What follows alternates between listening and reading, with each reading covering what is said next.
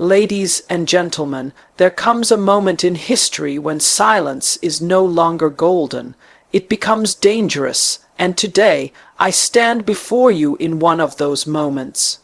A time when truth must rise, not in whispers, but in a thunderous voice that echoes across oceans and continents.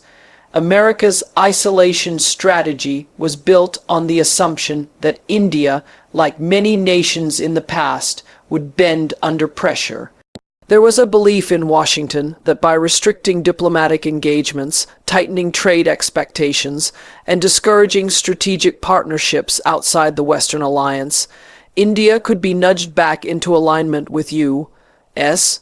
interests, but this was a severe miscalculation, a fundamental misunderstanding of a nation that has, over decades, transformed itself from a developing post-colonial state into a confident, assertive global actor. The United States failed to grasp the depth of India's internal strength, its self-sustaining economy, its independent foreign policy doctrine, and its long-held tradition of non-alignment and strategic autonomy. India's modern identity is not built on dependency, but on resilience.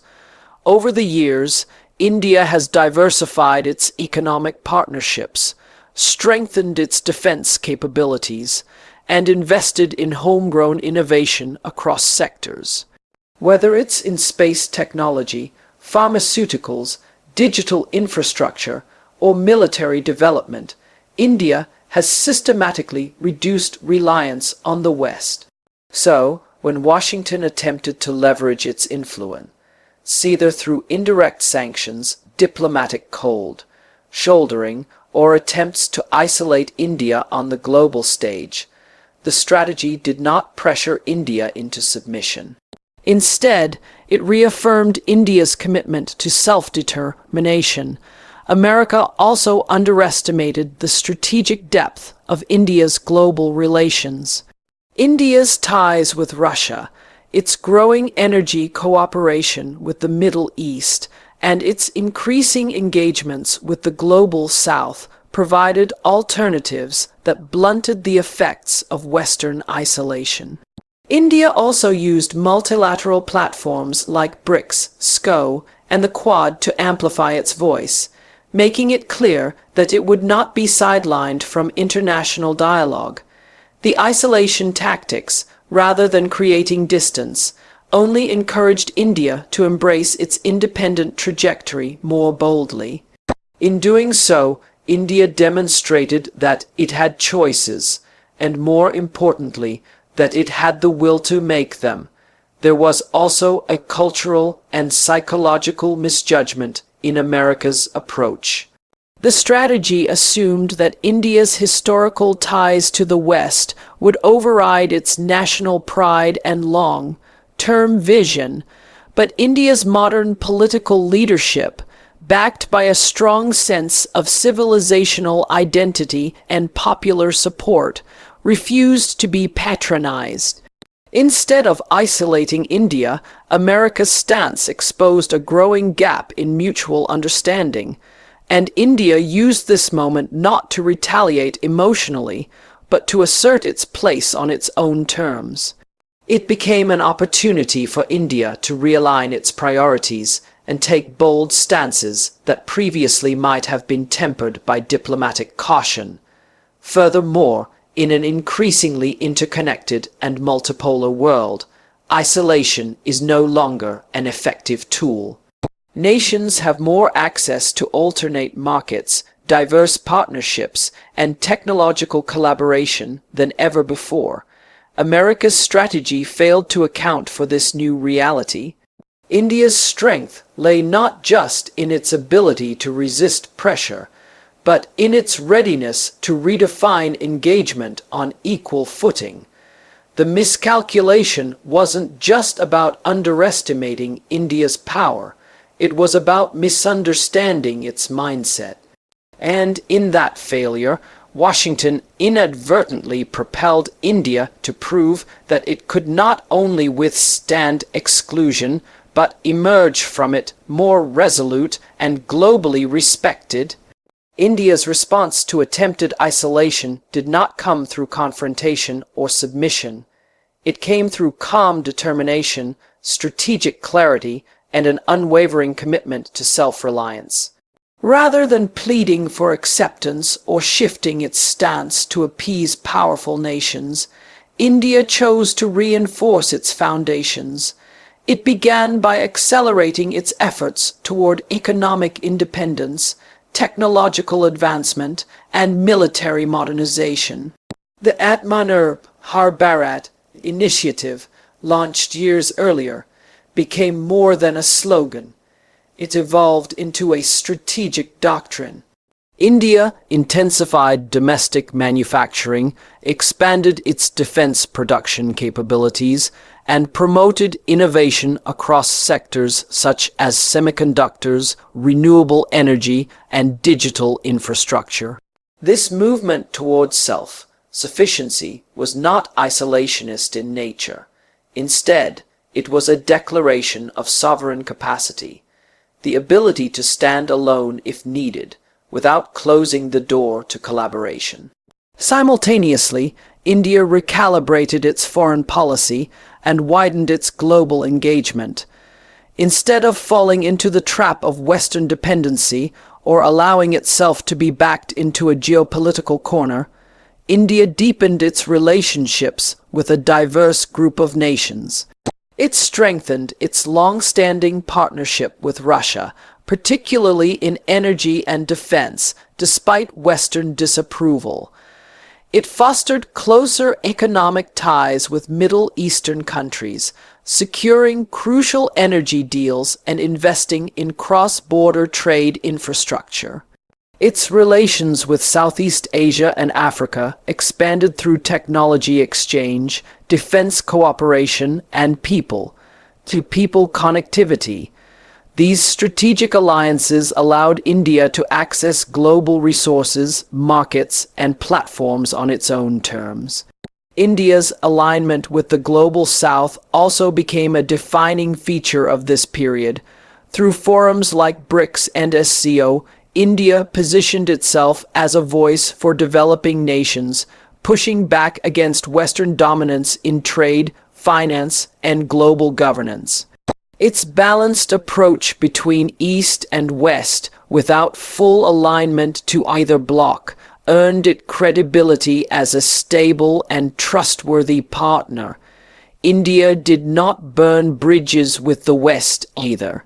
Instead, it continued selective engagement, participating in dialogues such as the Quad and I2U2, while making it clear that any cooperation would be based on respect, not pressure. This dual track, building internal strength while expanding external partnerships, gave India a unique advantage. It was no longer reliant on the goodwill of a single superpower or alliance. Instead, it had built a network of mutually beneficial relationships that respected its autonomy. When others expected India to buckle under pressure, India responded by thriving under challenge. Its rising influence in global trade talks, its leadership in digital public infrastructure, and its assertiveness in climate diplomacy are all signs of this broader transformation. India's self-reliance is not about turning inward, but about standing tall. And its strategic alliances are not about dependency, but about equal partnerships rooted in mutual interest. This combination has become the cornerstone of India's new global identity, a nation that is independent yet interconnected, principled yet pragmatic, and determined to chart its own course without fear or favor. India's response to external pressure was not one of retreat or hesitation. It was bold and deliberate rejection of dependency in all its forms. For decades, India had maintained a careful balance in its foreign relations, often engaging with global powers while preserving a strong sense of autonomy. But recent geopolitical shifts, including attempts to pressure or isolate India, tested that balance. Instead of conforming to external expectations, India made a clear choice to assert its sovereignty unapologetically and to reject any model of engagement that demanded submission or compromise on national interest. At the heart of this rejection was a deeper realization that dependency, whether economic, military, or diplomatic, creates vulnerability. India began to view reliance on Western systems, especially those controlled or influenced by U.S. or European powers, as a strategic risk. This was evident in its push for defense indigenization, where India shifted focus from buying weapons abroad to manufacturing them domestically. It wasn't just about saving money, it was about securing autonomy over critical defense decisions. In parallel, India expanded its strategic partnerships beyond the traditional West, ensuring no single country or bloc could dominate its future. India's firm stance was also reflected in its approach to energy security. Despite mounting pressure from the West, particularly during global sanctions and supply chain disruptions, India continued purchasing oil from Russia and other non-Western producers. The message was clear: India's energy needs would not be dictated by external political agendas. It would buy what served its people, not what pleased its allies. This defiance was not reckless. It was calculated, grounded in the principle that national interest must always come first. On the global diplomatic stage, India's posture shifted from passive alignment to assertive engagement. When pressured to take sides in international conflicts, India refused to be pulled into ideological camps. It maintained a consistent voice calling for dialogue, peace, and multipolarity, signaling that it would not be used as a pawn in the geopolitical chess game of superpowers. Whether at the United Nations or global economic forums, India began speaking in terms that reflected its own worldview, not one inherited from colonial history or foreign influence. Domestically, too, India moved to reclaim digital and economic sovereignty. It invested in homegrown digital infrastructure, regulated foreign tech platforms, and promoted local industries through production-linked incentives. The aim was not isolation, but independence, creating systems resilient to external shocks or manipulations. By building indigenous capabilities, India positioned itself to lead, not follow. What set this approach apart was its confidence. India was no longer defensive about its choices. It did not seek approval from old powers, it demanded respect. Sovereignty was not just about borders or flags, it was about decisions, direction, and dignity. India's clear message to the world was that engagement is welcome, but submission is not. True partnership can only exist between equals. And in that spirit, India refused to compromise on the one value it holds above all, the right to decide its own future. For much of the post-Cold War era, the global system operated under a unipolar structure, dominated by a single superpower, the United States. Its military strength, economic reach, and cultural influence shaped international norms, trade policies, security alliances, and even the architecture of global institutions. However, that era of unchallenged dominance is now slowly eroding, replaced by a more complex, multipolar world where power is distributed among several influential nations. This shift is not just political. It is strategic, technological, economic, and ideological. Countries across Asia, Latin America, Africa, and Eastern Europe are asserting themselves on the world stage, no longer content with passive roles or dictated policies. India's rise is a clear indicator of this global transformation. It is not only the world's most populous country, but also one of its fastest growing economies, with a diplomatic strategy rooted in independence and pragmatism. India's ability to maintain strong relations with opposing powers, such as the United States and Russia, Israel and Iran, the Quad and BRICS, is a demonstration of the new global playbook. Countries no longer want to choose sides in a binary world order. Instead, they are constructing flexible networks of cooperation that serve national interests rather than ideological allegiance. The multipolar shift is also evident in how nations are redefining their economic alignments. Regional trade blocs are gaining momentum. Institutions like BRICS are pushing for alternative financial systems that challenge the dominance of Western, controlled entities like the IMF and World Bank. The de-dollarization movement, driven by countries such as China, Russia, and increasingly India, is a direct response to overdependence on U.S. financial instruments. Economic sanctions, once a powerful weapon of Western control, are losing effectiveness in a world where parallel financial and trade systems are emerging. Technology is another critical front where power dynamics are decentralizing. Nations are developing indigenous capabilities in areas like 5G, artificial intelligence, cybersecurity, and space exploration. This is reducing reliance on traditional Western tech giants and enabling more countries to compete in the innovation race. The ability to shape the digital landscape is no longer concentrated in Silicon Valley alone. Countries like India are becoming global tech hubs, not just for consumption, but for creation, influencing both policy and infrastructure across the global South. Culturally and ideologically, too, the narrative is shifting.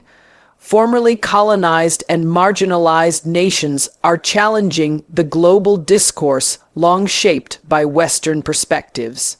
They are demanding respect, inclusion, and fairness in how history is written, media is presented, and international rules are enforced.